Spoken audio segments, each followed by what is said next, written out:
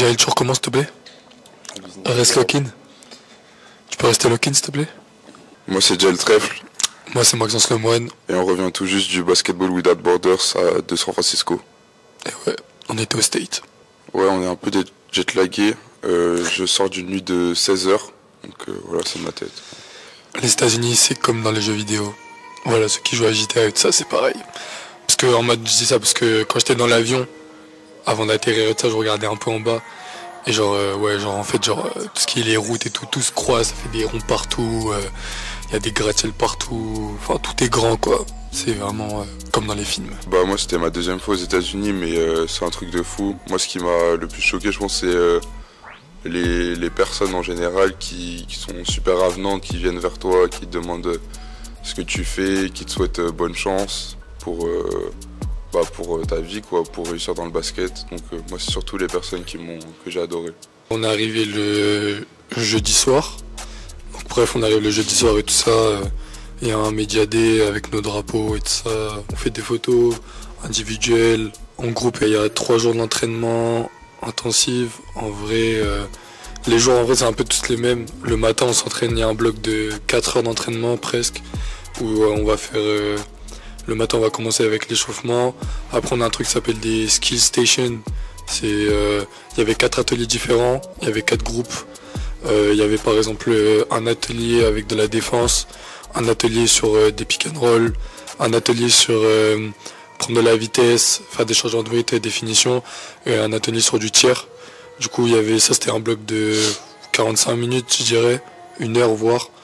Après on avait des entraînements par équipe, parce qu'en gros après on était divisé par 4 équipes de 10 et on s'entraînait avec nos coachs, chacun avait un coach dans chaque équipe et après on avait des matchs pendant 1h30, 2 heures et après l'entraînement était terminé, on retournait doucher et l'après-midi on avait des activités.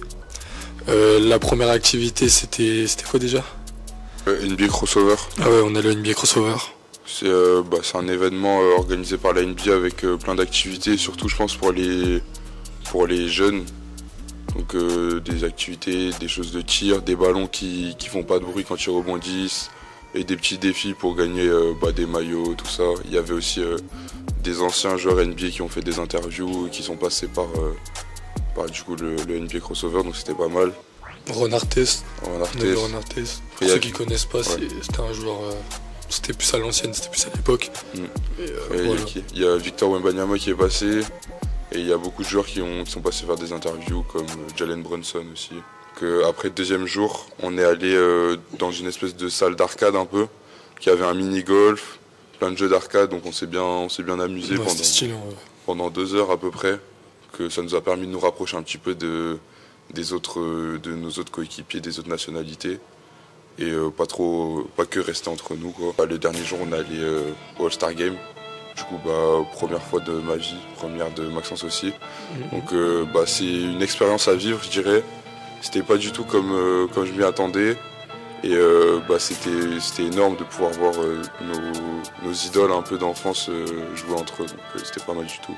Pour ma part Kevin Durant qui est mon meilleur joueur, de le voir juste tirer, faire des choses comme ça, le voir même de loin, en vrai ça m'a fait un truc et ça m'a motivé à repartir aux États-Unis. Comme lui il a dit exemple avec Kevin Durant, moi c'est plutôt avec James Harden. Mais juste de le voir s'échauffer, de voir comment il dribble, comment il tire, la manière dont il fait les choses.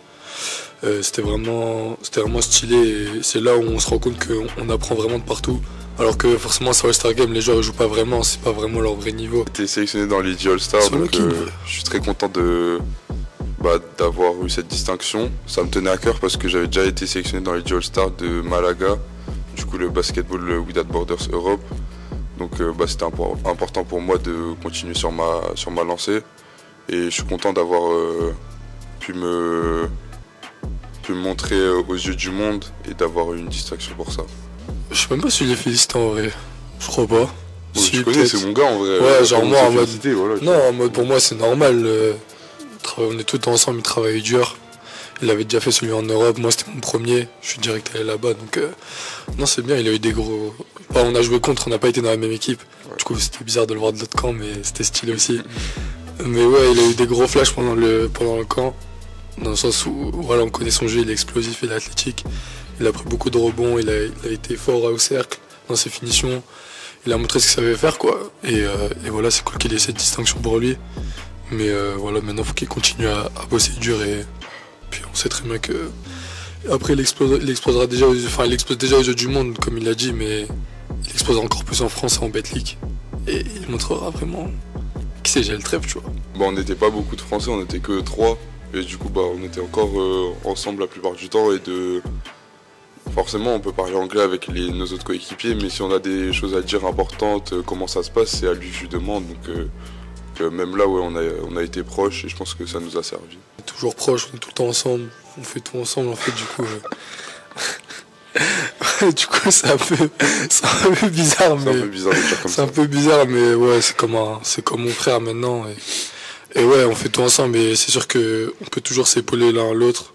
C'est ce qui fait notre force déjà à la SIG, avec les pros, avec les espoirs, mais comme là dans un événement où du coup on n'était que 3 Français, et savoir qu'il était là, bien sûr que ça m'a aidé.